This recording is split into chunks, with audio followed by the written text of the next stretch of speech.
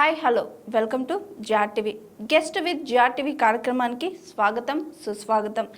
ఈరోజు మన ముందున్న గెస్ట్ తెలంగాణ స్టేట్ లీడర్, రజకుల వృత్తికార సంఘం రాష్ట్ర ప్రధాన కార్యదర్శి, చేతి వృత్తుల సమన్వయ తెలంగాణ కమిటీ లీడర్ పైళ్ళ ఆశయ్య గారు మన ముందున్నారు.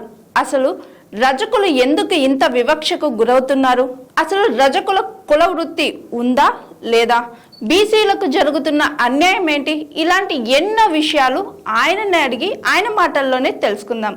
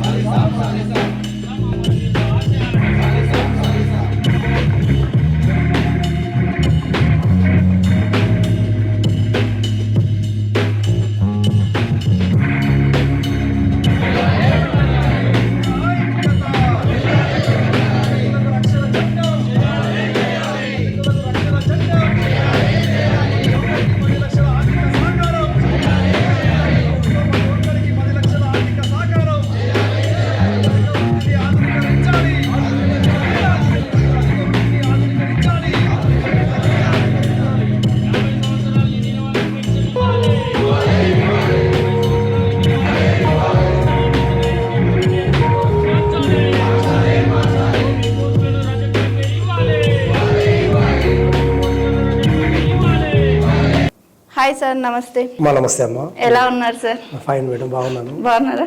ఓకే సార్, నా ఫస్ట్ క్వశ్చన్ ఏంటంటే, అమ్మా, తెలంగాణలో దగ్గర 40 లక్షల మంది రజకులు ఉన్నారు సార్. అసలు వాళ్ళు ఇప్పుడు తెలంగాణలో ఉన్నారా లేరా? రజకుల వృత్తి కొనసాగుతుందా లేదా? తెలంగాణ రాష్ట్రంలో మీరు చెప్పినట్టు చాలా సంఖ్యలో లక్షలాది మంది రజక వృత్తిదారులు ఇంకా కూడా ఉన్నారు. వృత్తి మీదనే దాదాపు ఇప్పటికీ ఇంకా 80% ప్రజలు వృత్తి మీదనే ఆధారపడి జీవిస్తూ ఉన్నారు. వృత్తి ఎక్కడ పోలేదమ్మా.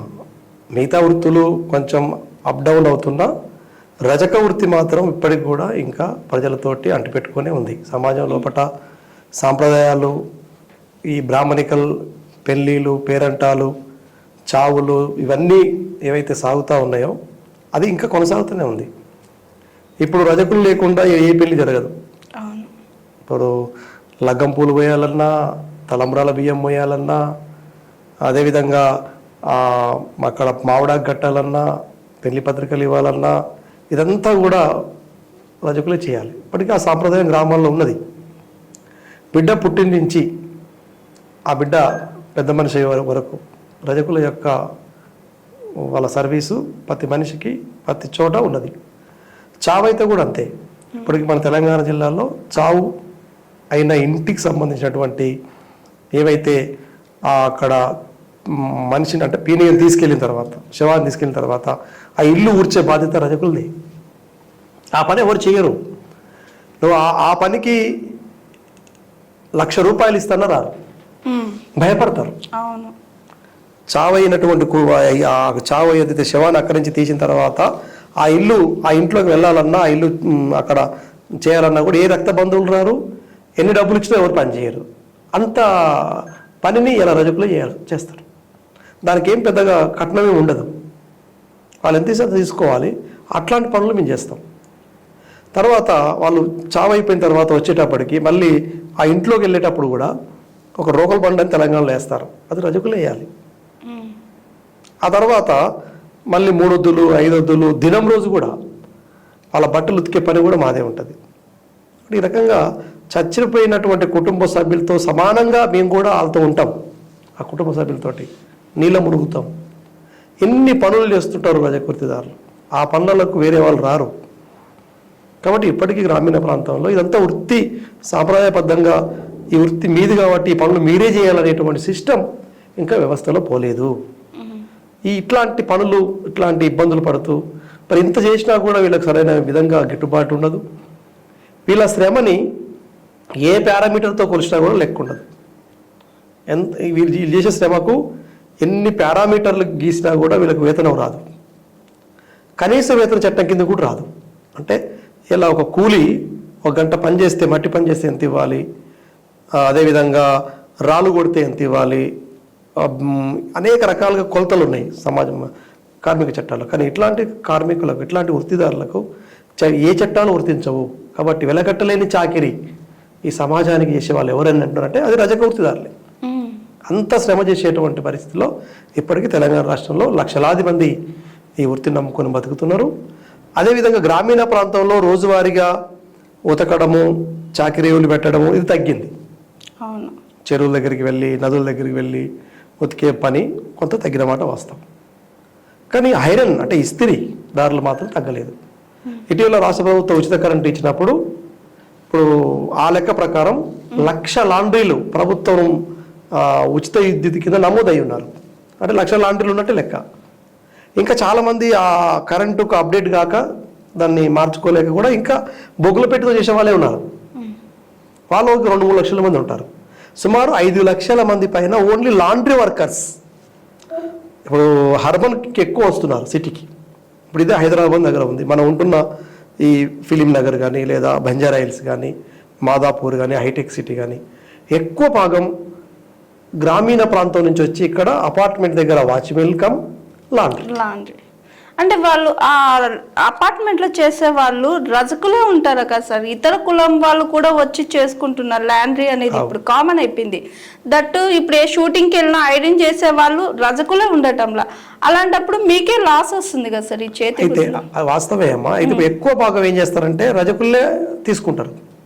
ఎందుకంటే వీళ్ళు తోటి ఒకటి అక్కడ వాచ్మెన్, 2 లాండ్రీ, ఇంట్లో కూడా రావాలి, ఇంట్లో పనులు కూడా చేయించాల్సి వస్తుంది. కాబట్టి ఆడవాళ్ళు ఉంటారు, మగవాళ్ళు ఉంటారు. ఇది కలిసి భార్య భర్తలు ఇద్దరు ఉండాలి. కాబట్టి రజకులు అయితే ఇళ్ళలో రానివ్వచ్చు, వేరే వాళ్ళు అయితే రానివ్వరు. అట్లాంటి కొన్ని తోటి ఏంటంటే రజకుల్ని ఎక్కువ పెట్టుకుంటారు. మాకు తెలిసిన సమాచారం ప్రకారం ఈ వాచ్మెన్లుగా లాండ్రీ ఈ అపార్ట్మెంట్లో ఉండే వాళ్ళు ఎక్కువ సంఖ్య. మిగతా వాళ్ళు కూడా ఉన్నారు, వాళ్ళు ఒక ఇస్త్రీ వరకే చేస్తారు. కానీ ఇంట్లో పనులు ఇంకా ఇతర పనులు చేయరు. కాబట్టి ఎక్కువ మంది ఉపాధి నిమిత్తం చాలామంది వస్తున్నారు. కానీ రజక వృత్తిదారులే ఎక్కువ వాచ్మెన్లుగా ఉన్నటువంటి పరిస్థితి ఉంది. అట్లా వీళ్ళకి కొంత ఆదాయం కూడా ఈ సిటీకి రావడం వల్ల వాళ్ళ పిల్లల్ని చదివించుకోవడం, అదేవిధంగా అక్కడ కొంత ఇద్దరు పని చేస్తారు, చిన్న రూమ్ ఇస్తారు. ఆ రూముకు కొంత రెంటు ఉండదు, వాటర్ సోర్సెస్ కూడా ఉంటుంది. కాబట్టి ఏదైనా పని చేస్తాడు ఇస్త్రీ, కొంత ఆదాయం వస్తుంది. వాచ్మెన్ కొంత ఇస్తారు. భార్య ఉంటే ఇళ్ళల్లో పాచి పని అంటే బట్టలు ఉతుకోవడం కానీ ఇళ్ళ పని చేస్తుంది. అట్లా ఈ 3 రకాల ఆదాయం కొంత వీళ్ళకు వెసులుబాటు ఇచ్చి పిల్లల్ని స్కూల్కి పంపించడానికి ఇక్కడ అవకాశం ఉంది. కొంత వాళ్ళకు మెరుగైనటువంటి జీవితం ఇక్కడ కొంత అవుతుంది. సరే, ఇంకా వాళ్ళకు పూర్తి సెక్యూరిటీ ఉందా అంటే అది లేదు. చాలా చోట్ల వాళ్ళ మీద లైంగిక వేధింపులు జరిగిన వాళ్ళ సంఘటనలు జరిగినాయి. అమ్మాయిలు వాళ్ళ కుటుంబ సభ్యుల నుండి అమ్మాయిలను కూడా రేప్ చేసి చంపేసిన ఘటనలు ఉన్నాయి. వాళ్ళ మీద కొట్టి దొంగతనాలు మోపి ఎలగొట్టిన సంఘటనలు ఉన్నాయి.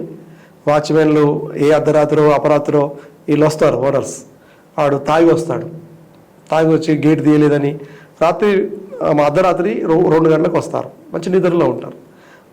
ఒకసారి ఆరం కొడితే తీయాలి, వాళ్ళు లేవకపోతే వాళ్ళు కొట్టిన సంఘటనలు ఉన్నాయి. ఒక గేట్ తీయలేదు ఎందుకని, ఇచ్చేదంతా 7,000, నిద్ర కూడా పట్టదు. ఒకతను 2 గంటలకు వస్తాడు, ఒకతను 3 గంటలకు వస్తాడు, ఒకతను 4:30కు వస్తాడు. ఇట్లా లేవడం, పడుకోవడం, నిద్ర రాదు. కాబట్టి అనారోగ్యాలకు గురవుతున్నారు. వాళ్ళకి ఇచ్చేది కనీస వేతనం లేదు, అక్కడ పని భారం ఎక్కువ ఉంది, అనేక పనులు చేయించుకుంటారు. ఇదొక శ్రమ దోపిడీ. అదేవిధంగా బతకడం కోసం రావాలి. కాబట్టి ఇలా రజక వృత్తిదారులు గ్రామాల్లో సాంప్రదాయంగా ఇదే వృత్తి నమ్ముకొని బతికారు. కాబట్టి వీళ్ళు భూముల వైపు పోలేదు. సర్వీస్ వృత్తి ఇది సమాజం లోపల సేవా వృత్తి. వృత్తులు 3 రకాలు. 1 ఉత్పత్తి వృత్తి, 2 సేవా వృత్తి, 3 సంచార జాతులు. అంటే కళ్ళు నమ్ముకొని భిక్షాటన చేసేవాళ్ళు, పెద్దమ్మలు కానీ, పొడబోతలు కానీ, గంగిరెద్దులు కానీ, అలా అందరినీ సంచార సాంస్కృతిక వృత్తుల కింద మనం చూడాలి. ఉత్పత్తి వృత్తులకే మార్కెటింగ్ ఉంటుంది. ఒక చేనేత ఒక చీర తయారు చేసి అమ్ముకుంటాడు, దానికి ఒక రేట్ ఉంటుంది. ఫిషర్మెన్, మత్స్యకారులు ఒక చెరువుల నుంచి చేపలు తీసుకొచ్చి మార్కెట్లో అమ్ముకుంటాడు. ఇట్లా వాళ్లకు ఒక గిట్టుబాటు చేసుకోవడానికి ఒక వృత్తి ధర వాళ్ళకు కొంత రైట్స్ ఉంటాయి. కానీ సర్వీస్ వృత్తి అట్లా కాదు, రెక్కలతోటి వాళ్ళకి చాకరీ చేసి వాళ్ళు ఇచ్చి తీసుకోవాలి. ఇక్కడ వీళ్ళు ఏంటంటే ఆర్థికంగా బాగా వెనకబడడానికి ప్రధానమైనటువంటి కారణం ఏంటంటే సేవల పేరుతోటి వీళ్ళని దోపిడీ గురి చేశారు, శ్రమ దోపిడీ గురి చేశారు, అణిచివేయబడ్డారు. అందుకని ఈ సమాజాన్ని మేల్కొల్పింది చాకలి మంగలి. అలాంటి వాళ్ళను ఇలా ప్రభుత్వాలు ఎక్కువ బాధ్యత తీసుకొని వీళ్ళని అభివృద్ధి చేయాలని అనేక కమిషన్లు చెప్పినాయి, మేము చెప్పడం కాదు, అనేక కమిషన్లు దీని మీద నిర్ధారణ చేశారు. ఇలా వీళ్ళందరినీ బీసీలే అంటారు, కానీ ఇందులో సేవా కులాలు, సంచార జాతులు, ఇంకా అట్టడుగున భిక్షాటన చేసేవాళ్ళు, సర్వీస్ చేసే వాళ్ళ స్థితి ఆర్థికంగా, రాజకీయంగా, సామాజికంగా, సాంస్కృతికంగా అణచబడి ఉన్నది. కానీ వాళ్ళని మేల్కొల్పు చేసే విధంగా ప్రభుత్వాలు ముందుకు రావాలి, వీళ్ళకి చేయాలి. అందుకని నేను ఫస్ట్లో చెప్పాను, వెలకట్టలేని చాకరీ చేసే వాళ్ళకు ఏ పారామీటర్తో మీరు కొలిచినా కూడా తక్కువే. వాళ్ళకి ఇచ్చేటువంటి బడ్జెట్ ఇవ్వాలి, తక్కువనే ఇస్తారు. వీళ్ళని సంక్షేమ పథకాలు వర్తింపజేయాలి, పట్టించుకోరు. ఇలా ఇల్లులు ఉన్నాయి అనుకోండి, ఉదాహరణకు ఇండ్ల విషయంలో చూస్తే వీళ్ళకి అన్ని ఇప్పటికి ఇంకా రేకులే, అంటే పూరి గుడిసెల నుంచి రేకులకు వచ్చారు. మరి స్లాబ్ ఇండ్లకు వెళ్ళాలి, వీళ్ళకు స్థలాలు కొనుక్కోవాలని లేని పరిస్థితి. ఒక ఇంట్లో 4 కుటుంబాలు 5 కుటుంబాలు అట్లనే ఉంటున్నారు. కాబట్టి వీళ్ళకు ఇంటి జాగాలు ఇవ్వాలి, వీళ్ళకి ఇండ్లు కట్టి ఇవ్వాలి. వీళ్ళకు ప్రభుత్వం పెట్టేటువంటి గురుకుల స్కూళ్ళలో కూడా ప్రాధాన్యత ఇవ్వాలి. వీళ్ళకి ఇప్పుడు బీసీ గురుకులాలని ఉన్నాయి తెలంగాణలో. బట్ట ఎంట్రన్స్ ద్వారా రావాలి అనేటువంటి ఒక క్రైటీరియా పెట్టుకున్నారు. ఈ పిల్లలు ఎంట్రన్స్ ద్వారా రావడానికి వీళ్ళకు అంత సౌకర్యం లేదు, కాబట్టి ఇక్కడ వీళ్ళు వెనుకబడిపోతున్నారు. కానీ వీళ్ళకి ఇక్కడ కూడా ప్రత్యేక రిజర్వేషన్ అనేది ఇవ్వాలి. వీళ్ళకి 50 కట్టప్ మార్క్స్ వస్తేనే సీట్ ఇస్తామంటే వీళ్ళు రారు. సేవా కులాల పిల్లలు, రజకులు కానీ, నాయ బ్రాహ్మణులు కానీ, సంచార జాతులు రాలేని పరిస్థితి ఉంది. కాబట్టి వీళ్ళకు మార్కింగ్ అనేది ఒకటి పెట్టకుండా, క్రైటీరియా పెట్టకుండా వీళ్ళకి ఇక్కడ కూడా సీట్ ఇచ్చి విద్య వైపు తీసుకురావాలని మేము ప్రభుత్వాన్ని కోరుతున్నాం. ఆర్థికంగా కూడా వీళ్ళకి బడ్జెట్ అలాట్మెంట్ చేయాలి. మాకంటూ ఒక ఫెడరేషన్ ఉంది. ఈ గత ప్రభుత్వం 10 ఏళ్ల కాలంలో ఆ ఫెడరేషన్ పట్టించుకోలేదు. తెలంగాణ ప్రభుత్వం, పోయిన బీఆర్ఎస్ ప్రభుత్వం ఆ ఫెడరేషన్ నిర్లక్ష్యం చేసింది. దానికి అసలు బడ్జెట్ కూడా ఇవ్వనటువంటి పరిస్థితి. కాబట్టి పేరుకే ఫెడరేషన్ అయిపోయింది తప్ప దానికి పాలకవర్గం లేదు, దానికి బడ్జెట్ లేదు. మరి ఈ ఫెడరేషన్ ఎప్పుడు వచ్చింది అంటే 1982లో, దాదాపు 42 సంవత్సరాలు అవుతుంది ఫెడరేషన్ వచ్చి. మా ఫెడరేషన్ వచ్చిన తర్వాతనే బీసీ కార్పొరేషన్ వచ్చింది, ఎంబీసీ కార్పొరేషన్ వచ్చింది, వివిధ ఫెడరేషన్లు వచ్చినాయి. ఫస్ట్ వచ్చింది మాదే, అంటే రజకులదే. ఆ తర్వాత నాయి బ్రాహ్మణ్స్ 85లో. అంత సుదీర్ఘకాలం అది ఊరికే రాలేదు, అనేక ఉద్యమాలు జరిగినాయి, పూర్వీకులు చాలా పోరాడారు. కాబట్టి 82లో ఏర్పడ్డటువంటి ఈ ఫెడరేషన్ దానికి నేపథ్యం, దానికి కొన్ని లక్ష్యాలు కూడా ఉన్నాయి. వాళ్ళకి వృత్తి, ఇలా వృత్తులు, రజక వృత్తి ఏమైపోయిందంటే మీరు కనుమరుగవుతుందా ఉందా అని. వాస్తవంగా చెప్పాలంటే మార్కెట్లో పెట్టుబడిదారుల యొక్క ఉచ్చులో పడిపోయింది రజక వృత్తి, నాయ బ్రాహ్మణ వృత్తి. ఇలా బ్యూటీషియన్స్ ఎవరు పడితే వాళ్ళే వస్తున్నారు, పెద్ద పెద్ద సెల్యూన్స్ వస్తున్నాయి, పెద్ద పెద్ద లాండ్రీస్ వస్తున్నాయి. అంటే పెట్టుబడిదారులు ఎక్కడ లాభాలు ఉంటే అక్కడికి వస్తారంటారు చూసారా, అట్లా ఈ వృత్తిలో కూడా ఇప్పుడు కబ్జాకు వస్తున్నారు. ఇలా ఐరన్ చేసే పని కూడా వాళ్ళే పెట్టే పరిస్థితి వచ్చింది, ఉతికి డోర్ డెలివరీ చేసే పరిస్థితి వచ్చింది. ఇప్పుడు మీరు చూడండి, ఇప్పుడు అనేక పెద్ద పెద్ద అపార్ట్మెంట్స్ ఉంటాయి, అక్కడ సెక్యూరిటీ ఉంటుంది, రానివ్వరు ఎవరిని. అట్లాంటివన్నీ కూడా గేటెడ్ కమ్యూనిటీగా ఉండేటువంటి అపార్ట్మెంట్లు అన్నీ ఈ బయట వాళ్ళు కాంట్రాక్ట్ తీసుకొని చేస్తున్నారు. తర్వాత పెద్ద పెద్ద రెస్టారెంట్స్, అదేవిధంగా ఇప్పుడు హోటల్స్, లాడ్జీలు, హాస్పిటల్స్, స్కూల్స్, కాలేజీలు, అదేవిధంగా మెడికల్ కాలేజీలు, కన్వెన్షన్స్కు చాలా ఇప్పుడు మనం పెళ్లి చేయాలంటే ఒకప్పుడు మన ఇంటి దగ్గర చేసేవాళ్ళు, ఇప్పుడు ఫంక్షన్ హాల్ నుంచి కన్వెన్షన్ వస్తాయి. ఓ 10 రోజులు బుక్ చేసుకుంటారు అక్కడ. కుటుంబ సభ్యులు, ఫ్యామిలీ అంతా అక్కడికి వెళ్ళాలి. మరి వాళ్ళందరికీ బెడ్లు ఇవ్వాలి, షూట్లు ఇవ్వాలి, దుప్పట్లు ఇవ్వాలి. మరి అవన్నీ ఎవరు చేస్తున్నారు? బయట మేము కాదు, అది వేరే వాళ్ళు కాంట్రాక్ట్ వస్తున్నారు.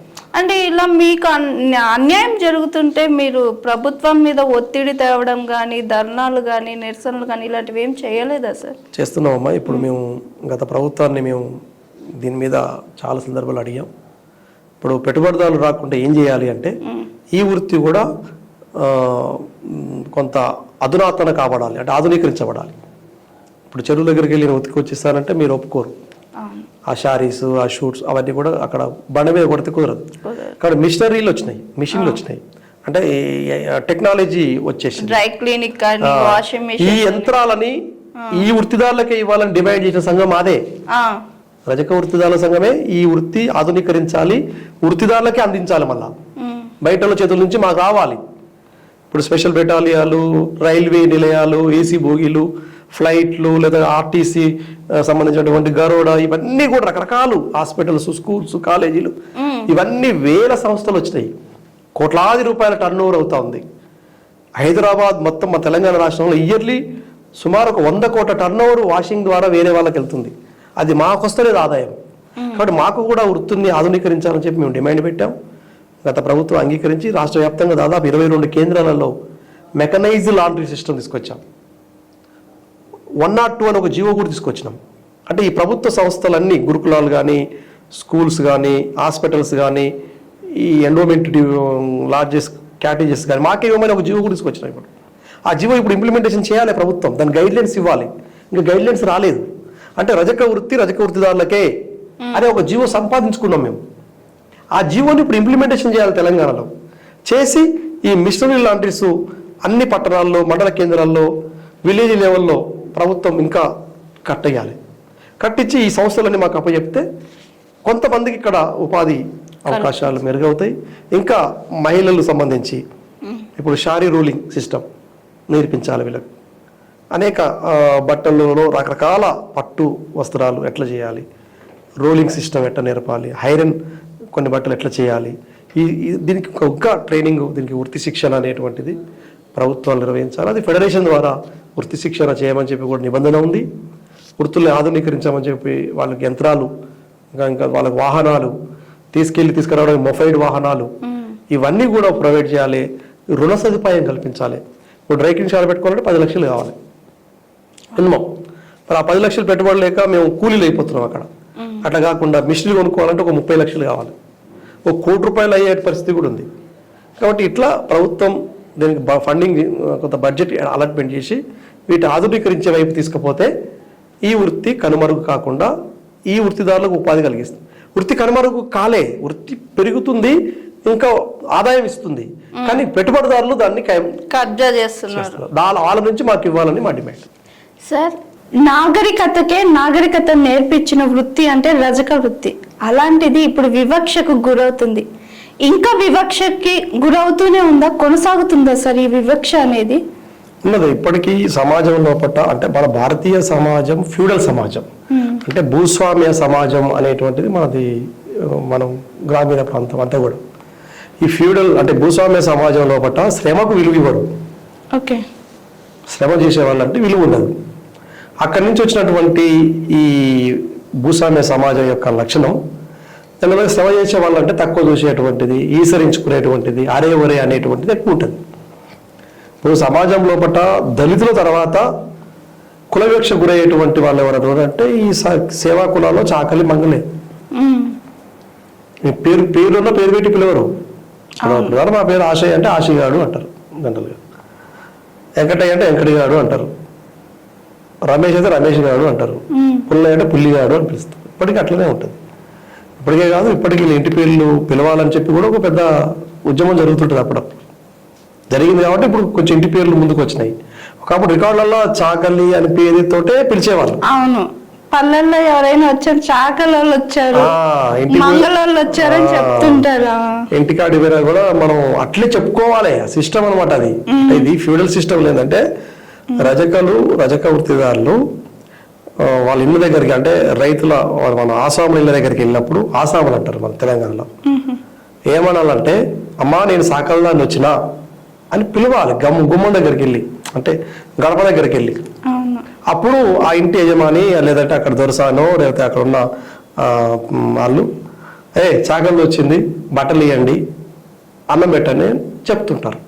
వాళ్ళ ఇంట్లో ఉన్న కోడలకో లేకపోతే అట్లా రెగ్యులర్గా పిలుస్తూనే ఉండాలి. అట్లా వేస్తాడు. నేను రోజు వచ్చినా కూడా నేను అట్లా పిలవాలి. అట్లా పిలిస్తేనే వాళ్ళు బట్టలు ఇస్తారు, అన్నం పెట్టి పంపుతారు. నేను ఊరికనే వెళ్ళి నేను పలానా వచ్చినట్టు కుదరదు. నువ్వు అనమంటారు. అనకపోతే కూడా నిలబెట్టుకుంటారు గంటల గంటలు. ఇప్పుడు ఏమవుతుంది, ఒకప్పుడు చేశారు పెద్ద మనుషులు, అప్పుడు పాతకాలంలో అట్లా అని పిలిపించుకున్నారు. ఇప్పుడు న్యూ జనరేషన్లో దీన్ని పిలవలేక కూడా అనలేక కూడా ఈ వృత్తిని దీని పక్క జరిగి కూడా వెళ్ళిపోతున్న పరిస్థితి. దీని గురించి ఈ అవమానకరమైన అంశాలతోటి మనం అట్లా పిలిపించుకునే పద్ధతి సిస్టమ్ పోవాలి కదా. ఆ సిస్టమ్ మీద కూడా మనం పోరాడినాం. మేము ఇప్పుడు కూడా పోరాడుతూనే ఉన్నాం. ఎక్కడన్నా అవమానపరిస్తే మేము మాకు దాని మీద ఫైట్ చేస్తాం మేము. అందుకని మా సంఘం నినాదం ఏంటంటే, ప్రధానమైనటువంటి మాకు ఆత్మగౌరవం ముఖ్యమైనది. ఈ వృత్తిలో ఆత్మగౌరవమే మాకు ముఖ్యమైనది. అన్నం కన్నా ఆత్మగౌరవమే మాకు ముఖ్యమైనది. ఒక పూట అన్నం లేకుండా బతుకుతుంది, కానీ ఆత్మగౌరవంగా కించపరిస్తే మేము ఊరుకోము. అందుకని తిరుగుబాటు చేసే దాంట్లో కానీ, ఉద్యమాలు చేసే దాంట్లో కానీ, ఇప్పుడు తెలంగాణ రైతాంగ సాయుధ పోరాటం తెలంగాణలో జరిగింది అంటే ప్రధానంగా వెట్టి కులాలే, వెట్టి చాకిరి గురైనటువంటి ఈ తరగతులే, ఈ చాకలి, మంగలి, గొల్ల, కుర్మ, మాల, మాదిగ, వీళ్ళంతా కూడా వెట్టి కులాలు. వీళ్ళని కూడా అందులో రజకులు చాలా వెట్టి కులాలు. అప్పుడు అట్లా అవమానంగా పిలిచినప్పుడు చాకలైలమ్మ లాంటి వాళ్ళు ఆ పోరాటంలో ఈ అవమానాలు వ్యతిరేకంగా నిలబడి ఉద్యమించింది కాబట్టి తెలంగాణలో కూడా వెట్టిపోయింది. అవన్నీ కూడా ఆ వెట్టి కొట్టాలు, వెట్టి చాకిరి అనేటువంటి తెలంగాణలో ఉన్నటువంటి పరిస్థితి అది ఇంకా కూడా అక్కడక్కడ ఉంటూనే ఉంటుంది. వివక్షత, అవమానం పరుస్తూనే ఉంటారు, జరుగుతూనే ఉంటాయి. కులాంతర వివాహాలు చేసుకుంటే కూడా చెప్పబడ్డారు తెలంగాణలో. సుమారు ఈ మీరు గత ఒక 3-4 సంవత్సరాల క్రితం ఇదే యాదాద్రి భువనగిరి జిల్లాలో పల్లేరులు అనేటువంటి ఒక విలేజ్లో అంబోజి నరేష్, ఒక రెడ్డి అమ్మాయిని, స్వాతి రెడ్డి, ఇద్దరు ప్రేమించుకున్నారు. పెళ్లి చేసుకుంటే ఆ అబ్బాయిని చంపి కాల్చి బూడిద చేసిన సంఘటన జరిగింది. అట్లనే భార్గవి అని చెప్పి అదే జిల్లాలో మోత్కూరులో ఒక అమ్మాయి బీసీ ఎక్కువ వస్తువుని పెళ్లి చేసుకుంటే చంపబడ్డది, ఒక గౌడ కులం సంబంధించి. ఇట్లా వీళ్ళు బీసీలల్లో, ఓసీలల్లో ఎక్కడ ఇంటర్ క్యాస్ట్ అయితే కూడా ఓడ్చుకోలేరు, చంపేస్తారు. అదే క్రమంలో వివక్షత, దౌర్జన్యాలు, దాడులు ఇంకా కూడా సాగుతూనే ఉన్నాయి. కుల బహిష్కరణలు కూడా జరిగినాయి. ఇప్పటికీ ఉత్తర తెలంగాణ నిజామాబాద్ కానీ, కరీంనగర్ కానీ, ఆదిలాబాద్, నిర్మల్ ఈ ప్రాంతంలో అభివృద్ధి కమిటీల పేరుతోటి బహిష్కరణకు పోయిన వాళ్ళు ఎక్కువ అంటే రజకులే. అంటే అక్కడ సిస్టమ్ ఏంటంటే, ఆ గ్రామ అభివృద్ధి కమిటీ నిర్ణయిస్తుంది ఎంత ఇవ్వాలి, వేతనం ఎంత ఇవ్వాలి, ధాన్యం రూపాయలు ఎంత ఇవ్వాలి, డబ్బు రూపాయలు ఎంత ఇవ్వాలి. ఆ కమిటీ నిర్ణయించడానికి కట్టుబడి ఉండాలి. గిట్టుబాటు అయితే లేదంటే బహిష్కరిస్తారు. అట్లా రజక కుటుంబాలు చాలా బహిష్కరణకు గురైనాయి. ఊరి నుంచి వాళ్ళకు పాలు ఇవ్వరు, అక్కడ పనికి పిలవరు, వాళ్ళ పశువుల్ని రానివ్వరు. ఇట్లా కట్టడి చేసి మళ్ళీ వృత్తిలోకి రావాల్సిన పరిస్థితి. వాళ్ళ భూములు ఉంటే కూడా వాళ్ళకి రాకుండా చేశారు. ఇట్లా చాలా దౌర్జన్యాలు ఇప్పుడు జరుగుతూనే ఉన్నాయి. ఇంకా ఇంత టెక్నాలజీ డెవలప్ అయిన తర్వాత కూడా వివక్ష జరుగుతూనే ఉందా సార్? అవును, ఇప్పటికీ వివక్షత, లైంగికంగా అమ్మాయిలు, ఆడవాళ్ళ మీద అత్యాచారాలు, దాడులు, దౌర్జన్యాలు చాలా జరుగుతున్నాయి. రజక స్త్రీ ప్రతిరోజు పులి బోర్లోకి వెళ్ళి వస్తుంది. పెత్తందారుల యొక్క ఎండ దగ్గరికి వెళ్ళినప్పుడు పులిబోనే రజక స్త్రీకి రోజు 1-2 సార్లు పులిబోన్లో గురి రావాలి. ఎంతో ధైర్యంతో, సాహసంతో పనిచేయాల్సిన పరిస్థితి ఉంటాయి కొన్ని చోట్ల. ఇంట్లోకి వెళ్తాం, ఒంటరిగా ఒక్కడే ఉంటాడు. ఈమె ఆ ఇంట్లోకి వెళ్ళినప్పుడు వాడు దౌర్జన్యం చేసి మళ్ళీ బయట చెప్తే కుటుంబం ఏమైద్దో అని చెప్పి కూడా భయపడి ఆ రకంగా బెదిరించి వశపరుచుకొని వాళ్ళని ఇట్లా గురి చేసినటువంటి సంఘటనలు కూడా చాలా ఉన్నాయి. మేము వాటన్నిటి మీద కూడా మేము పోరాడినాం. చాలా విషయాలు జరుగుతున్నాయి ఇప్పుడు కూడా. ఓ మంచి ఇల్లు కట్టుకుంటే ఓరవని పరిస్థితి ఉంది ఊర్లో. మంచి బట్టలు వేసుకుంటే కూడా ఓరవని పరిస్థితి, చెప్పులు వేసుకుంటే కూడా ఓరవని పరిస్థితి వచ్చింది. ఓ బండి కొనుక్కుంటే కూడా ఘటనలు జరిగినాయి. ఇట్లా అన్ని రూపాలలో వివక్షత అనేది దళితుల తర్వాత రజకుల మీదనే ఉంది వివక్షత. కుల వివక్షత, సామాజిక దాడులు.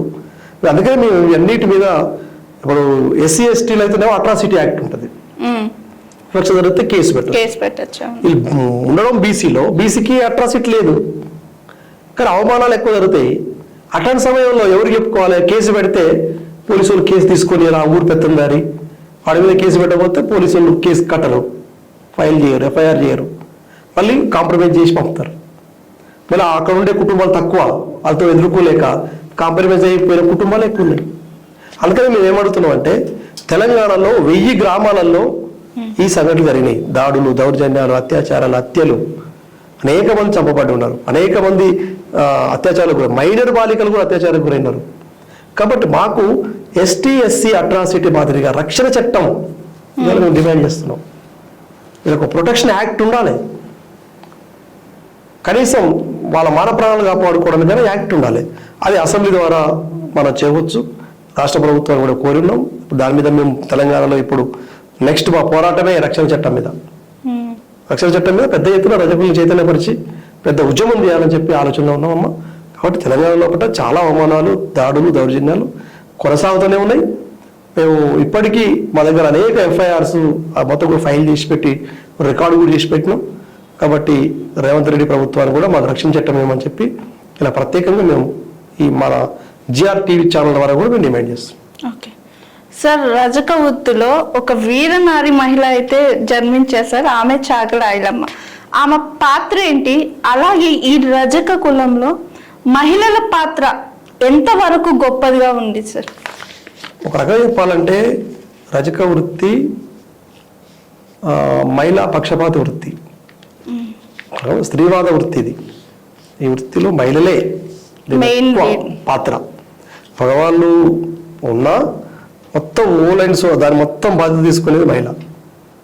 అందుకనే కంచాయిరాయ్ గారు ఏమంటారంటే రజక వృత్తి స్త్రీలకు సంబంధించినటువంటి ఒక సమానత్వం కలిగించేటువంటి వృత్తి అని చెప్పి చెప్తుంటాడు. కాబట్టి స్త్రీ పాత్ర ఎక్కువ, స్త్రీవాద వృత్తి. ఇలా వాళ్ళే ఎక్కువ ఉంటారు, వాళ్ళే ఎక్కువ దీని గురించి కొట్లాడతారు, పనిచేస్తారు. అట్లాంటి స్త్రీలు ఎక్కువ మంది ఇక్కడ ఉద్యమంలోకి వస్తారు, మహిళలు ఎక్కువ వస్తారు మా దాంట్లో. అందుకనే మేము చారిత్రకంగా ఐలమ్మ కూడా అట్లనే వచ్చింది అనుకుంటున్నాం. ఆ కుటుంబంలో ఆమె మొత్తం బాధ్యత. రజక వృత్తికి మహిళల బాధ్యత అయితే అక్కడ ఆ కుటుంబంలో కూడా అట్లనే బాధ్యత తీసుకుంది. కుటుంబానికి మహిళా బాధ్యత ఎట్లుంటుందో రజక వృత్తి కూడా మహిళలే ఎక్కువ అని శ్రమ చేస్తారు. కాబట్టి ఐలమ్మ గారు వృత్తి చేసింది, గిట్టుబాటు కాలేదు. గొర్రెల మేకలు కాశారు కుటుంబంలో. ఒక 5 కొడుకులు, 2 కూతుర్లు, పెద్ద కుటుంబం. బతకలేని పరిస్థితుల్లో ఒక కొడుకు మేకలు కాశాడు, ఒక కొడుకు జీతం ఉన్నాడు, ఒక కొడుకు అంచెకల్లా నుండి, ఒక కొడుకు ఇట్లా వ్యవసాయం చేసిండు. ఇలా భర్త రజక వృత్తి పనిచేశారు. అయినా వాళ్ళకి ఆదాయం సరిపోలేదు. కాబట్టి చివరికి ఈ అన్ని పనులు చేసినా కూడా కుటుంబం గడవనప్పుడు, రజక వృత్తి మీద మనకు ఆదాయం లేనప్పుడు ఏం చేయాలన్నప్పుడు భూమి వైపు అలా ఆలోచించింది. అందుకని అక్కడ ఉన్నటువంటి మల్లంపల్లి దొర దగ్గర 4 ఎకరాల కౌలు తీసుకొని వ్యవసాయం చేస్తుంటే ఆ ప్రాంత జమీందారి విష్ణు రామచంద్రారెడ్డి అని చెప్పి తనకు దాదాపు ఒక 600 గ్రామాలకు అధిపతి. తను తన జమీందారు వ్యవస్థ ఉన్న ఈ నా ప్రాంతంలో ఎవరు కూడా తమ సొంతంగా భూమి చేయడానికి లేదు. పనిబాట వృత్తుల వాళ్ళు, పనిబాట చేసేటువంటి కులాల వాళ్ళు ఇంకా భూమి మీద పోవద్దు. మరి వీళ్ళు భూమి ఉంటే మాకు చాకరీ ఒకటి చేయాలి. కాబట్టి ఐలమ్మ భూమి ఉంది అని చెప్పి అక్కడ ఉన్నటువంటి పటవారి సమాచారం విష్ణు రామచంద్రారెడ్డి అని చెప్పి కడవెండి దొరకిస్తే ఆయన ఐలమ్మను భూమి మీద పోకుండా, పంట వేస్తే పంటను రానియకుండా ఎంతో దౌర్జన్యం చేసినప్పుడు ఆనాటి ఆంధ్ర మహాసభ ఇటుచాకరీ వ్యతిరేకంగా పోరాడుతుంది. దాని నాయకత్వం వహిస్తున్నటువంటి కమ్యూనిస్ట్ నేతలు భీమిరెడ్డి నరసింహారెడ్డి, మల్లు స్వరాజ్యం, అదేవిధంగా ఆరుట్ల కమలాదేవి, ఆరుట్ల రామచంద్రారెడ్డి, వీళ్ళంతా కూడా ఐలమ్మ గారికి సపోర్ట్ చేసి పుచ్చలపల్లి సుందరయ్య లాంటి వాళ్ళు ఆమె ఇంటికి వెళ్తారు. ఆమె భూమిని, ఆమెకు పంటని తీసుకొచ్చి ఇంట్లో పెట్టినప్పుడు అది ఒక భూ పోరాటంగా మారి అనంతరం ప్రతిఘటన అనేక దాడులు జరిగినప్పుడు సాయుధ పోరాటంగా దారి చేసింది. అట్లా ఐలమ్మ ఒక వీరవనితగా ఆమెకు పేరు వచ్చింది. 10 లక్షల ఎకరాలు ఆమె భూ పోరాటం ద్వారా ఆమె 4 ఎకరాలు 10 లక్షల ఎకరాలు పంచడానికి తెలంగాణలో నాంది అయింది. దాదాపు 10,000 గ్రామాలలో గ్రామ రాజ్యాలు ఏర్పడ్డాయి. ఆమె ఒక వీరవనితగా ఆమెకు పేరు వచ్చింది. ఇలా ఆమె పేరు మీద మేమేమడుగుతున్నాం అంటే జనగామ జిల్లాకు ఆమె పేరు పెట్టాలని చెప్పి మేము డిమాండ్ చేస్తున్నాం. ప్రభుత్వం అనేక పేర్లు ముందు తీసుకొస్తుంది. సరే, చారిత్రకంగా చూసినప్పుడు భువనగిరి ఒక జిల్లా ఉంది, దానికి ఒక పేరు పాపన్న గారి పేరు పెట్టవచ్చు. ఇటు సూర్యాపేటకు దొడుకొమలయ్య గారి పేరు పెట్టవచ్చు. ఐలమ్మ అక్కడే పోరాటం జరిగింది కాబట్టి సాయుధ పోరాటం, ఆ జిల్లాకు ఆమె పేరు పెడితే ఆమె సముచిత చాలా ఉంటుందని చెప్పి మేము కోరుతున్నాం. ఆ విగ్రహం ట్యాంక్ మీద కూడా పెట్టాలని చెప్పి కూడా మేము ప్రభుత్వాన్ని కోరి ఉన్నాం. అది కూడా మా డిమాండ్లో ఒక భాగం. సార్, ఇప్పుడు ఈ రజక కుల వృత్తిలో ఎడ్యుకేషన్ అంటే పిల్లల ఎడ్యుకేషన్ పర్సెంట్ ఎంత ఉంది సార్? వాళ్ళు ఇదే వృత్తిలో కొనసాగుతున్నారా, చదువుకుంటున్నారా, ఎలా ఉంది సార్ ఇప్పుడు వాళ్ళ పరిస్థితి? ఒక రకంగా చెప్పాలంటే ఈ 20 ఏళ్ళ నుంచి మార్పు వచ్చింది. ఈ 20-30 ఏళ్ళ నుంచి. అంతకుముందుకు వాస్తవంగా ఈ వృత్తిలో చదువు తక్కువ, చాలా తక్కువ. అంటే ఎదిగిన అబ్బాయి వస్తే చాకరీ తీసుకుపోయే పరిస్థితి. అంటే కనీసం ఆ ఉతికిన తర్వాత ఆ బట్టలు తీసుకెళ్ళి ఆరేటేసినప్పుడు కనీసం కొంగు పట్టుకోవడానికన్నా నాకు కొడుకుంటాడు అని తీసుకుపోయేవాళ్ళు సపోర్టు. అవును, వాళ్ళకి అన్నం తీసుకురావడం, బట్టలు ఆరేస్తుంటే వీడు పక్క పంటి చిన్న చిన్న బట్టలు ఆరేయడము, వాళ్ళ అమ్మ ఒక చీర ఆరేయాలంటే ఒకరు ఆరేయలేరు, ఇంకొకరు సపోర్ట్ ఉండాలి. అట్లా నేను చిన్నప్పుడు కూడా చేసినాను. మా అమ్మ చాకరీ పోయినప్పుడు నన్ను తీసుకెళ్ళేది, చాకరీకి తీసుకెళ్తే మాకు పెద్ద ఉండేది ఊర్లే పాలు. మా పాలు మరి మేము చేయాలన్నప్పుడు నేను ఒక్కడే కొడుకుని, నన్ను కూడా చాకరీ తీసుకుపోయేవాళ్ళు, నేను వెళ్ళేవాడిని. నాకు సరదాగా పోవాలని ఉండేది. మా అమ్మ ఉతుకుతుంటే నేను తీసుకొచ్చి ఆరేస్తుంటే చిన్న చిన్న బట్టలు. అట్లా రేవుతో అట్లా మమేకం అయిపోయి చివరికి వీళ్ళు అక్కడికి కొద్దిగా ఎదిగిన తర్వాత వీళ్ళని కూడా ఆ పనులు పెట్టుకునేవాళ్ళు. సరిపోదు అంటే పెద్ద ఊరు అన్నప్పుడు పనులు ఎక్కువ ఉన్నప్పుడు ఖచ్చితంగా ఒకరు సపోర్ట్ ఉండాలి. అట్లా చదువు మనకి ఎందుకు, అందుకనే సామెతలు కూడా వస్తాయి కదా, చదువుకున్నాడు కదా చాకలి నయమని చెప్పి. అందుకని 1000 బట్టలు కూడా వీళ్ళు లెక్క పెట్టకుండా మరి ఎవరు వాళ్ళే ఇచ్చేస్తారు. ఇప్పుడు రాసుకుంటారు కానీ అప్పుడు రాసుకునేది ఇక్కడ చదివేది కదా. అవును, అందుకనే అనేక రకాల ఏమంటారు క్యాల్కులేటర్ అంతా బ్రెయిన్ లో ఉంటుంది. ఇది ఎవరిదో వాళ్ళ ఇంటికి ఇవ్వడం, ఇది ఎవరిదో వాళ్ళ ఇంటికి ఇచ్చి రావడం. ఇట్లా వీళ్ళు ఒక రకంగా చెప్పాలంటే చాకిరీ అనేది ఒక శాస్త్రీయమైనటువంటి అదొక మనకు ఫ్యాక్టరీ. అది మనం చాకరీ అనేటువంటి దాని నుంచే ఇలా మనకు సర్ఫ్ వచ్చింది, సోడా వచ్చింది, సౌండ్ వచ్చింది. కాబట్టి అదొక కెమిస్ట్రీ ప్రయోగశాల, దాని నుంచే ఇవన్నీ వచ్చినాయి. ఇలా బట్టలో క్రీము చనిపోతుంది అంటే ఇప్పుడు మనకు అనేక రకాల సోడాలు అవి వచ్చినాయి. ఆనాడు సౌడు ద్వారా సౌడును కనుక్కుందే రజకులు కదా, అందుకని సైంటిస్టులు శాస్త్రవేత్తలు. కాబట్టి ఆ సైంటిస్టు ఆ చాకరీలో ఉంది, అదొక పెద్ద ప్రయోగశాల, కెమిస్ట్రీ ప్రయోగశాల అక్కడ జరిగింది. మరి అప్పుడు వీళ్ళు ఎవరు నేర్పిరు? సౌడు ఎట్లా తీసుకున్నాడు అంటే పొక్కుతున్నటువంటి మట్టిని తీసుకొచ్చి ఉతికితే ఈ బట్టలో ఉన్నటువంటి మురికిపోద్దని చెప్పి వాళ్ళే అది తెలుసుకొని వాళ్ళు ఉగాది సందర్భంగా పొక్కుతుంది భూమి. అంటే చలికాలం అప్పుడు భూమి పొక్కుతున్నప్పుడు ఆ సౌడు తీసుకొచ్చి ఒక దగ్గర నిలువ చేసి ఇళ్ళల్లో చిన్న గాతు తవ్వి అలా పెడతారు. పెట్టి దాన్ని ఒక 2-3 నెలలు 4-5 నెలలు అట్లా ఉంచుతారు. ఉంచితే ఆ మట్టి ఏమైందంటే బాగా లోపల బాగా అది పులిసిపోతుంది. ఆ పులిసిపోయినటువంటి మట్టి రోజు ఒక 2 కిలోలు తీసుకెళ్ళి వెళ్ళాలి. మా ఇంట్లో కూడా ఉంది చాకరీ బావి. అక్కడి నుంచి తీసుకొచ్చి దాన్ని మళ్ళీ పొయ్యి దగ్గర ఒక పెద్ద పాత్ర, ఆ పాత్రలో పోసి కొద్దిగా నీళ్ళల్లో ఇది పోస్తే ఇట్లా పొంగేది. సరుకు పోస్తే ఎట్లయితే బుగ్గ వస్తుందో బురుగు అట్లా వచ్చేది. ఆ తర్వాత ఆ మట్టిని తీసేసి ఆ సౌడ్ అంతా పొయ్యిలో పోసేవాళ్ళు, దాన్ని బట్టి పెట్టేవాళ్ళు, బట్టలు ఉడకబెట్టేవాళ్ళు. అట్లా ఉడకబెట్టిన తర్వాత 1 గంట తర్వాత ఆ మొత్తం మైలంతా కూడా పోయేది. ఆ రకంగా బట్టలన్నీ కూడా చాలా క్రిములను చనిపోయి శుభ్రంగా ఉండేటిది. అట్లా అనేక రకాలుగా ప్రజల ఆరోగ్యాన్ని కాపాడి ఆ తర్వాత సరుపు, సోడా, సబ్బు, ఇవన్నీ బ్లీచింగ్ ఇవన్నీ కూడా రాబడ్డాయి. కానీ అదంతా ఈ రజక వృత్తి ద్వారా వచ్చినటువంటి ఒక కనుక్కోబడ్డటువంటిది. కానీ వీళ్ళకి అక్కడ సమృద్ధ స్థానం లేదు. అంత సమాజానికి ఆరోగ్యాన్ని కాపాడేటువంటి వాళ్ళు. కానీ అందుకనే ఇలా సేవా వృత్తులు లేకపోతే ఈ సమాజం ఏమయ్యేది అంటే శ్రీశ్రీ చెప్తాడు, గడ్డాలు విరిగి నెత్తులు విరిగి మురికి పడితే వాడు పిచ్చోళ్ళలాగా ఉండేది సమాజం. ఇలా గడ్డాలు మిసాలు మనుషులు ఇంత శుభ్రంగా ఉన్నారు అంటే ఈ వృత్తి ద్వారా బట్టలు వేసుకొని దగ్గరికి వెళ్తున్నాం, కలుస్తున్నాం అంటే ఈ గుర్తింపు ఈ ద్వారానే వచ్చింది సొసైటీకి. ఇలా ఒక ఎమ్మెల్యే అసెంబ్లీకి వెళ్తున్నాం అంటే ఖద్దరు వేసుకొని వెళ్తుంటాడు ఆయన. మరి ఆ ఎమ్మెల్యే ఖద్దరు బట్ట ఎవరు దాన్ని ఉతికి అట్లా చేసి పెట్టినారు? రజపూర్తిదారులు. ఆయన 70 ఏళ్ళు ఉన్న వయసును కూడా కనపడనీయకుండా రంగులు వేసి మసాజ్ చేస్తే ఆయన అందంగా అసెంబ్లీలో మాట్లాడుతుంటాడు. ముఖ్యమంత్రులు కానీ, ఎమ్మెల్యేలు కానీ, ప్రతిపక్ష నాయకులు కానీ. కానీ వాళ్ళు మరి ఇంత అందంగా చేసి మనం అసెంబ్లీ పంపించారు, కౌన్సిల్ పంపించారు, పార్లమెంట్ పంపిస్తారు. మరి వాళ్ళ శ్రమ ద్వారా మనం ఇట్లా తయారైపోతున్నాం కదా, వాళ్ళ గురించి ఏంది అని చట్టాలు శాస్త్రాలు చేసే దగ్గర వీళ్ళ గురించి మాట్లాడరు. మళ్ళీ పెట్టుబడిదారుల గురించి ఆలోచిస్తారు వాళ్ళు.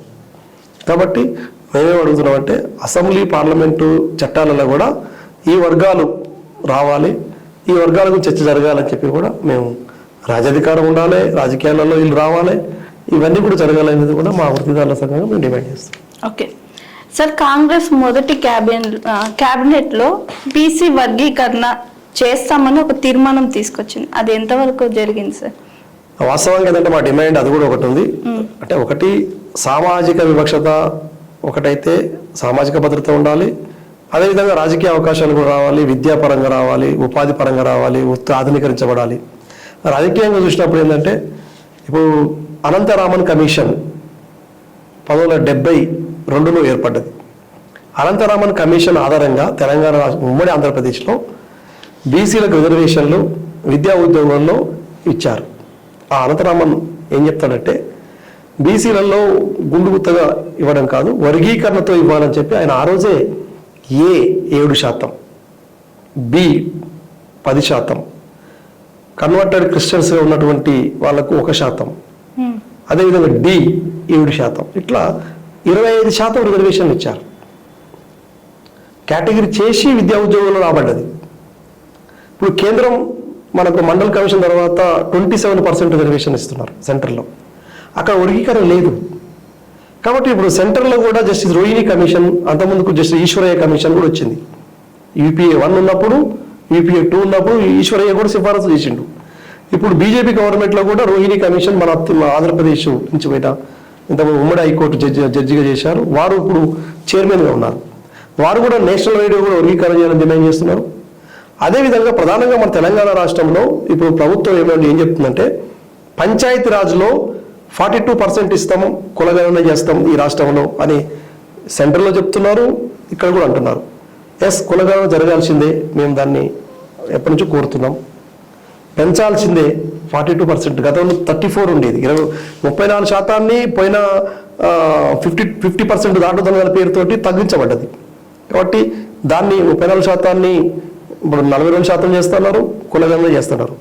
దానికన్నా ఇంపార్టెంట్ ఏంటంటే ఇవి అనంతరామన్ ఇచ్చినటువంటి ఏదైతే ఒక మనకు మార్గం ఉందో విద్యా ఉద్యోగంలో ఏబిసిడి, స్థానిక సంస్థలకు ఆ ఏబిసిడి తీసుకురావాలి. నేను ఏదో మీతో మాట్లాడినప్పుడు చెప్పి ఇప్పటికీ 100 కులాల పైన గ్రామ పంచాయతీలో అడుగు పెట్టలేదు తెలంగాణ రాష్ట్రంలో. అంటే వార్డు మెంబర్ గారి కులాలు ఉన్నాయి, ఇంకా సర్పంచ్లు కానటువంటి వాళ్ళు ఉన్నారు, ఎంపీటీసీలు కాని వాళ్ళు ఉన్నారు, జెడ్పీటీసీలు కాని వాళ్ళు ఉన్నారు, జిల్లా పరిషత్ చైర్మన్లు పోని వాళ్ళు ఉన్నారు, కౌన్సిల్ మున్సిపాలిటీలో కౌన్సిలర్ కాని వాళ్ళు ఉన్నారు, కార్పొరేటర్ కాని వాళ్ళు ఉన్నారు, మేయర్లు కాని వాళ్ళు ఉన్నారు. హైదరాబాద్ 2వ మనకు అసెంబ్లీ జిహెచ్ఎంసీ 150 డివిజన్స్ ఉంటాయి హైదరాబాద్లో, గ్రేటర్ హైదరాబాద్. అసెంబ్లీ తర్వాత అసెంబ్లీ బడ్జెట్ అది. అట్లాంటి 150 డివిజన్లలో నేను చెప్తున్నటువంటి ఈ 100 పైన ఉన్నటువంటి కులాలు ఇంతవరకు జిహెచ్ఎంసీ రాలేదు. ఇటు గ్రామ పంచాయతీలకు పోవట్లేదు, ఇటు రావట్లేదు. కేవలం ఒక 6-7 తరగతుల వారికే వస్తుంది. అట్లా కాకుండా వీటిని కూడా విభజించి వర్గీకరించి అందరికీ అందించాలి. అప్పుడు మనం ఏదైతే గత కమిషన్స్ ఇచ్చిన సిఫారసులు అమలైతాయి. అట్లా వర్గీకరించకుండా కేవలం ఎన్నికలు పెట్టుకుంటూ పోయి కొంతమందికి ఇచ్చుకుంటూ పోతే సామాజిక న్యాయానికి విఘాతం కలుగుతుంది. కాబట్టి సామాజిక న్యాయం బాబాసాహెబ్ అంబేద్కర్ ఒక ఓటు అందరికి ఒకటే హక్కు అని చెప్పి ఏదైతే ఉందో, ప్రతి ఒక్కరి ఓటు ఒకటే సమానమే. కాబట్టి ఆ ఓటు అనేటువంటిది అందరిది ఒకటే ఓటు అయినప్పుడు మన అందరికి ఒకటే హక్కు రావాలి. కాబట్టి ఇలా స్థానిక సంస్థల్లో కూడా వర్గీకరించి ఈ సేవా కులాలని, ఈ సంచార జాతులని, ఈ పేద వాళ్ళందరినీ కూడా తీసుకురావాలి. వాళ్ళు రాజ్యాధికారులకు రావాలి. ఇప్పుడు బీసీ లోపల కొంతమంది అసెంబ్లీకి వెళ్తున్నారు, కొంతమంది పార్లమెంట్కి వెళ్తున్నారు, కొంతమంది గ్రామ పంచాయతీ రావాలి. అందుకని మన సమగ్ర బీసీ ఉద్యమం అయినది. బీసీ నాయకులు కూడా అది ఆలోచించాలి అందరం. కాబట్టి ఈ వ్యత్యాసాన్ని కూడా చేయాలని చెప్పి మేము ఇటీవల ముఖ్యమంత్రి సలహాదారులు వేమ నరేందర్ రెడ్డి గారిని కలిశాం. మొన్ననే దాదాపు 40 సంఘాలతోటి బాగలింగంపల్లి సుందరయ్య విద్యార్థి కేంద్రంలో రౌండ్ టేబుల్ సమావేశం పెట్టినాం. కాబట్టి లోకల్ బాడీ ఎన్నికలు కనుక జరిగితే వర్గీకరణ ఖచ్చితంగా చేయాలని చెప్పి మేము ప్రభుత్వాన్ని విజ్ఞప్తి చేస్తున్నాం. హైకోర్టు ద్వారా కూడా మేము ఇప్పటికే న్యాయపరమైనటువంటి విధంగా పోరాడుతున్నాం, ఇటు బయట పోరాడుతున్నాం. ఆ రకంగా ఇలా వీళ్ళకు న్యాయం చేయాలని చెప్పి కూడా మేము డిమాండ్ చేస్తున్నాం. ఇంకొకటి ప్రధానంగా అయితే ఇట్లా అసెంబ్లీ అప్పుడు కానీ లేదా ఇప్పుడు పార్లమెంట్ అప్పుడు కానీ ప్రధానంగా కులగణన జరగాలి, వర్గీకరణ జరగాలి అని పెద్ద డిమాండ్ అవుతుంది. దీని మీద పోరాటం కూడా స్టార్ట్ అవుతుంది. అసలు ఈ కులగణన అంటే ఏమిటి, ఈ వర్గీకరణ వీటి మధ్య తేడాలు ఏంటి, ఒకవేళ జరిగితే వచ్చే లాభాలు ఏంటి సార్? వాస్తవమే. ఇప్పుడు కులగణన జరిగితే వచ్చే లాభాలు ఏంటంటే, ఒకటి దేశం లోపల 1932లో బ్రిటిష్ గవర్నమెంట్ ఉన్నప్పుడు ఒకసారి జరిగింది గణన. ఆ తర్వాత 50 రోజుల తర్వాత స్వాతంత్రం వచ్చి 40 స్వాతంత్రం వచ్చింది. 50 రోజుల్లో మనకు పార్లమెంటరీ వ్యవస్థ ఏర్పడ్డది. మొట్టమొదటి 1952లో అంటే ఎస్సీ ఎస్టీలకు రాజ్యాంగపరమైనటువంటి రైట్స్ ఇవ్వబడ్డాయి. ఓబీసీ అయితే బీసీలు అంటే వెనుకబడ్డ కులాలు బలహీన వర్గాలకు సంబంధించి రాజ్యాంగపరంగా వీళ్ళకి హక్కులు రాలేదు. కాబట్టి మొట్టమొదటి కాకా కలర్కలే కమిషన్ 52లో వచ్చినప్పుడు ఈ దేశంలో ఒక సర్వే నిర్వహించి 50% పైన ఉన్నారు వీళ్ళకు ఇందులో కూడా చాలా తేడాలు ఉన్నాయి. బాగా అట్టడులో ఉన్న వాళ్ళు ఉన్నారు, అడుక్కొని తినే వాళ్ళు ఉన్నారు, పాములు ఆడించుకుంటూ బతికే వాళ్ళు ఉన్నారు, కోతులు ఆడించుకొని బతికే వాళ్ళు ఉన్నారు, అదేవిధంగా చాలా దీనస్థితిలో ఉన్న వాళ్ళు ఉన్నారు, కొంతమంది వ్యవసాయం చేసే వాళ్ళు ఉన్నారు. కానీ ఇది 3 వర్గాలుగా అంటే దీన్ని మొత్తం చూడాలి, వీళ్ళకి పెంచాలి అని చెప్పినప్పుడు మరి దీనికి ఒక గణాంకాలు ఉండాలి. ఇవాళ దేశంలో ఏం జరుగుతుందంటే ఒక విచిత్రమైన అంశం ఏంటంటే, పులులు ఎన్నున్నాయో లెక్కలు ఉన్నాయి, నక్కలు ఎన్నున్నాయో లెక్కలు ఉన్నాయి, వంటలు ఎన్నున్నాయో లెక్కలు ఉన్నాయి. ఇట్లా జంతువులకు పక్షులకు లెక్కలు ఉన్నటువంటి ఈ దేశంలో, పశువులకు లెక్కలు ఉన్నాయి ఈ దేశంలో, మనుషుల లెక్కలు లేవు. ఇప్పుడు కొంతమంది గుర్తిస్తున్నారు, కానీ ఓబీసీలకు అదే సమస్య వస్తుంది, వాళ్ళకి లెక్కలు లేవు. కాబట్టి జనగణనతో పాటు కులగణన కూడా జరపాలని చెప్పి మేము డిమాండ్ చేస్తున్నాం. కులగణన జరిగితే వీళ్ళు ఎంతమందిలో లెక్క వస్తుంది. ఆ లెక్క వచ్చినప్పుడు మీరు అన్నారు కులగణన జరిగితే అంత అభివృద్ధి అవుతుందా అంటే, కులగణన జరగగానే అభివృద్ధి కూడా కాకపోవచ్చు, అంత భ్రమలు కూడా మాకేం లేవు. కులగణన జరిగితే వీళ్ళ ఆర్థిక, సామాజిక, సాంస్కృతిక, విద్య, రాజకీయం ఎట్లా ఉందనేది ఒక లెక్క వస్తుంది. ఆర్థిక రంగంలో వీళ్ళ పర్సంటేజ్ ఏంది, వీళ్ళ భూములు, వీళ్ళకి పట్టుందా, భూములు ఉన్నాయా, వీళ్ళు ఏ వ్యాపారాలు చేస్తున్నారు, వ్యాపార రంగంలో వీళ్ళ పొజిషన్ ఏంది, విద్య ఎట్లా ఉంది, ఉన్నత ఉద్యోగాలలో వీళ్ళ పరిస్థితి ఏంటి, వీళ్ళ మీద సాంస్కృతికంగా ఎంత వెనుకబాటుతనం ఉంది, ఆచారాలు ఏమున్నాయి, వీళ్ళలో ఎక్కువ బాల్య వివాహాలు అవుతున్నాయా, లేదంటే వీళ్ళు ఇంకా పౌష్టికాహారానికి లోనవుతున్నారా, బాలంతలు వీళ్ళకు ఎట్లాంటి పరిస్థితులు, అనారోగ్యాలు ఎట్లా వస్తున్నాయి, చిన్నపిల్లలు పౌష్టికాహారం ఎట్లా చనిపోతున్నారు, ఇవంతా వస్తుంది బయటికి. కాబట్టి ఇలా ఆర్థిక స్థితి రావాలి, సాంస్కృతిక స్థితి రావాలి, సామాజిక స్థితి రావాలి, విద్యా స్థితి రావాలి, రాజకీయ పొజిషన్ కూడా రావాలి బయటికి. ఇట్లా సమగ్రంగా కులగణన చేసినప్పుడు ఇవన్నీ తీసుకురావాలి. అప్పుడు వీళ్ళ పొజిషన్ బట్టి ఏం చేయాలి, ఎట్లా ముందు తీసుకుపోవాలో ఒక డేటా ఉంటుంది అనేది మేము అడుగుతున్నాం. ఆ డేటా అనేది ఓబీసీలకు చేయాలి, చాలా ముఖ్యమైనది. అలా ఇటు కాంగ్రెస్ కానీ ఇటు బీజేపీ కానీ చెప్తున్నారు కానీ చేయడం లేదు. కాబట్టి ఇలా దేశంలో కులగణన జరగాలి. రాష్ట్రంలో కూడా కాంగ్రెస్ గవర్నమెంట్ కులగణన చేస్తామని హామీ ఇచ్చారు. కులగణన చేస్తే ఇవన్నీ బయటకు వస్తాయి అనేది మా డిమాండ్. ఓకే సార్, ఫస్ట్ బీసీలకు 32% రిజర్వేషన్ ఉన్నింది, ఇప్పుడు 22కి వచ్చింది, 44 చేస్తామని అంటున్నారు.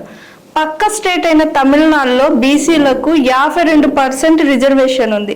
అక్కడికి మనకు ఎందుకు రిజర్వేషన్ ఇంత డిఫరెంట్, ఎందుకు రిజర్వేషన్స్ పెంచడానికి ముందడుగు వేయటం లేదు ఇప్పుడున్న ప్రభుత్వాలు? తమిళనాడులో 52 కదమ్మా, 60% ఉన్నాయి. తమిళనాడులో దీని మీద పెద్ద ఉద్యమే జరిగింది. మన దగ్గర 32 నుంచి 22 పడిపోతే ఉద్యమం జరగలేదు, ఎవరు కూడా మాట్లాడలేదు, పట్టించుకోవటం లేదు. పాలకులు, ప్రభుత్వం పట్టించుకోలేదు, రాజకీయ నాయకులు పట్టించుకోలేదు, సంఘాలు కూడా పట్టించుకోలేదు. కానీ తమిళనాడులో తగ్గిస్తే పెద్ద ఉద్యమం లేచింది పెరియార్ గారి స్ఫూర్తితోటి. అక్కడ ప్రధానంగా కరుణానిధి గారు లాంటి ఒక సామాజిక ఉద్యమ నేతలు, పెరియార్ గారు లాంటి వాళ్ళు పెద్ద ఉద్యమం చేశారు. వాళ్ళు అక్కడ కూడా వర్గీకరణ పాటించారు. అక్కడ వర్గీకరణ ప్రకారమే చేశారు. తగ్గిస్తే పెంచుకొని వాటిని మళ్ళీ తగ్గియకుండా వాళ్ళు 9th షెడ్యూల్లో కలుపుకున్నారు. రాజ్యాంగ సవరణ చేయించుకున్నారు. రాజ్యాంగ సవరణ చేయించి 9th షెడ్యూల్లో కలిపేదాకా ఉద్యమించారు వాళ్ళు. కానీ ఇక్కడ తెలుగు రాష్ట్రాలు జరగలే. 9వ షెడ్యూల్ చేర్చబడలేదు, అది రాజ్యాంగ సవరణ జరగలే. జరిగనుకుంటుంటే మొన్న 34% తగ్గపోయేది. ఇక్కడ తెలుగు రాష్ట్రాలలో, మన తెలంగాణలో ఏం జరిగిందంటే ఆనాడు 73-74 రాజ్యాంగ సవరణ చేసి అప్పుడు రాజీవ్ గాంధీ గారు ప్రధానమంత్రి ఉన్న కాలంలో స్థానిక సంస్థల్లో మనం రిజర్వేషన్ ఇవ్వడానికి ఒక దారి జరిగింది. ఇక్కడ ఎన్టీ రామారావు గారు ఆనాడు పెద్ద ఉద్యమం నిర్వహిస్తున్న సమయం, ఈ నేపథ్యంలో ఇక్కడ అది వచ్చింది. కానీ ఇచ్చామని చెప్పి చెప్పుకుంటారు తప్ప దాన్ని పకడ్బందీగా దాన్ని తొలగించకుండా చేసేటువంటి కొన్ని చర్యలు జరగలేదు. ఆ చర్య జరగకపోవడం వల్ల 50% అనేటువంటి సుప్రీంకోర్టు డైరెక్షన్ పేరుతోటి ఇక్కడ కుదించబడ్డాయి. 50% దాటొద్దని సుప్రీంకోర్టు ఒక గైడ్ లైన్స్ ఉంది. ఆ గైడ్ లైన్స్ అడ్డుపెట్టి తగ్గించబడ్డది. కానీ అది ఎప్పుడైనా వస్తుంది అనేటువంటి ఒక సోయి ఇక్కడ ఉన్నటువంటి పాలకులకు లేకపోవడం వల్ల, ప్రధానంగా మేము దాని మీద ఉద్యమం జరగకపోవడం వల్ల 9వ షెడ్యూల్ తమిళనాడు లాగా మన దగ్గర చేయలేకపోయారు కాబట్టి తగ్గించబడ్డాయి. ఇప్పుడు మేము ఏమంటున్నాం అంటే ఇప్పటికైనా కాంగ్రెస్ గవర్నమెంట్ 42% పెంచినా 9 షెడ్యూల్ చేయించాలి. ఆ ఫైట్ చేస్తేనే పెంచాలి, లేకపోతే మళ్ళీ పోతాయి. మళ్ళీ ఎవడో కోర్టు పోతాడు, 50% దాటుతాడు, మళ్ళీ తగ్గుతాయి. ఎవరు తగ్గుతాయి? బీసీలు చట్టసభ కాదు కదా. ఎస్సీ ఎస్టీలకి ఏమో ఇప్పుడు మన రాష్ట్రంలో ఎస్సీలకు 15% తగ్గడానికి లేదు, ఎస్టీలకు 9% తగ్గడానికి లేదు. ఎవరికి తగ్గాలంటే బీసీలు తగ్గుతుంది. కాబట్టి ఇప్పుడు 42 చేసినా 9వ షెడ్యూల్లో చేర్పించే విధంగా ప్రభుత్వం ముందుకు రావాలి, రాజ్యాంగ సవరణ చేయించాలి, దానికోసం ఫైట్ చేయాలి. అప్పుడు మీరు చేర్పించిన దానికి ఒక ఉంటుంది. కానీ ఊరికే మేము మేనిఫెస్టోలో పెట్టాం కాబట్టి మాకు ఓట్లు వేయండి అని చెప్పి బీసీలను భ్రమలు పెట్టేటువంటి విధంగా అట్రాక్ట్ చేసే విధంగా ప్రయత్నం చేస్తే మళ్ళీ మోసం జరుగుతుంది. ఇప్పటికైనా తమిళనాడు తరహాలో మాకు కూడా చేయాలి అనేది ఇక్కడ మనం ఉద్యమించాల్సిన అవసరం ఉంది. తమిళనాడులో ఇలా ఎవరు కూడా కోర్టుకు వెళ్ళడానికి వీలు లేదు, తగ్గించడానికి ఎవరు హక్కు లేదు. అట్లా వాళ్ళు కలుపుకున్నారు, అట్లా పకడ్బందీగా వాళ్ళు దాన్ని చేసుకున్నారు. వాళ్ళ దగ్గర జరగలేదు.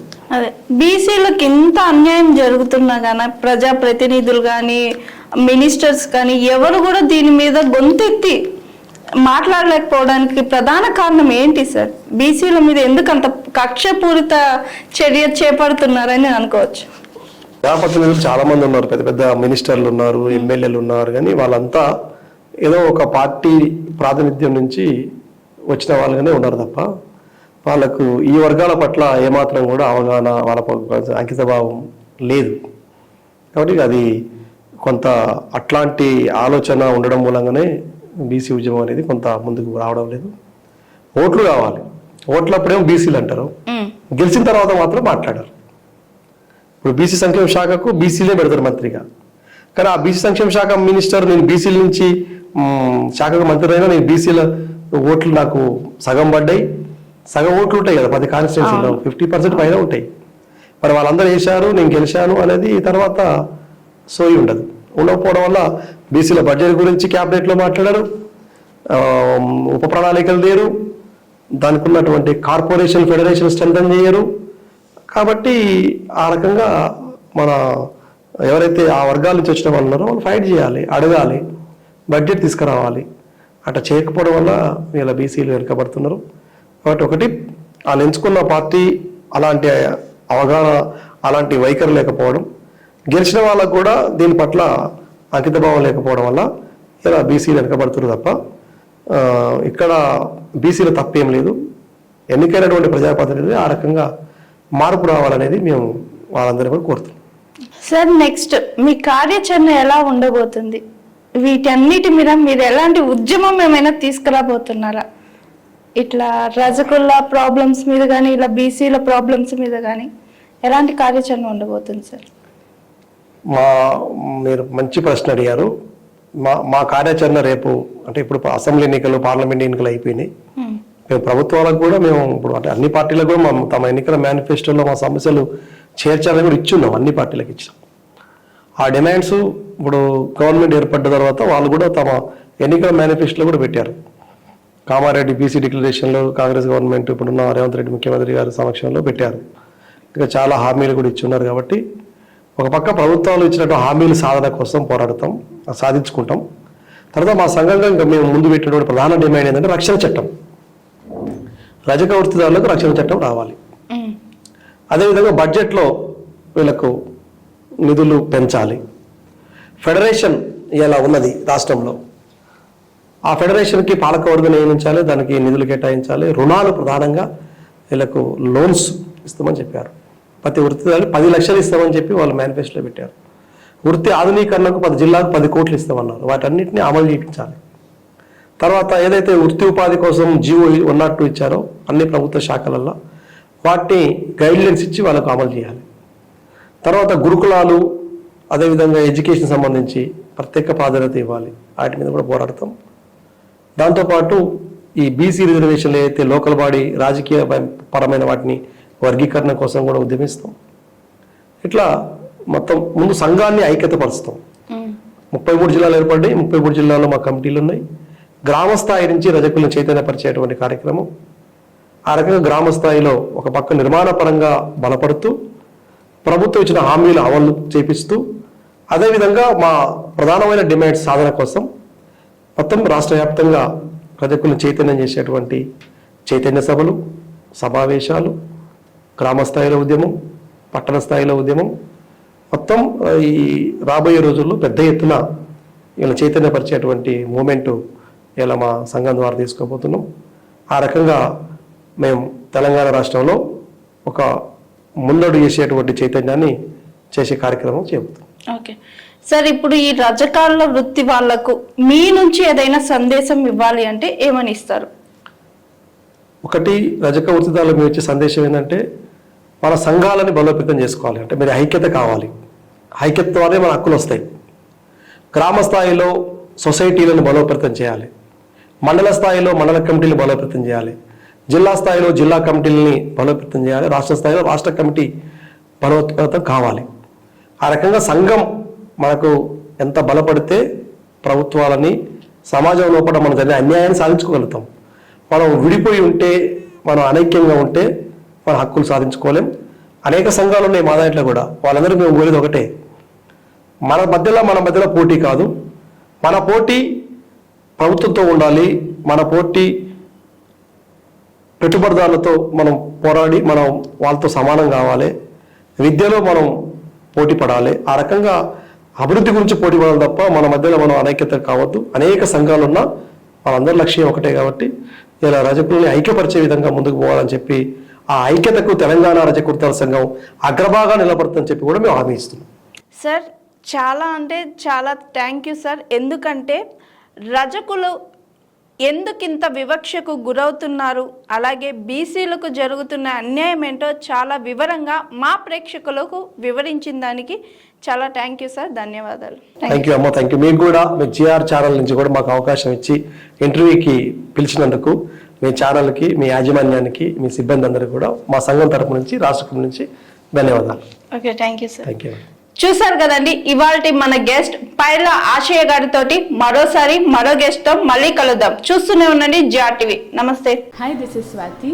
లైక్ చేయండి, షేర్ చేయండి, కమెంట్ చేయండి అండ్ సబ్స్క్రైబ్ చేయండి GR TV. Hi, this is Monica. Please like, share and subscribe GR TV.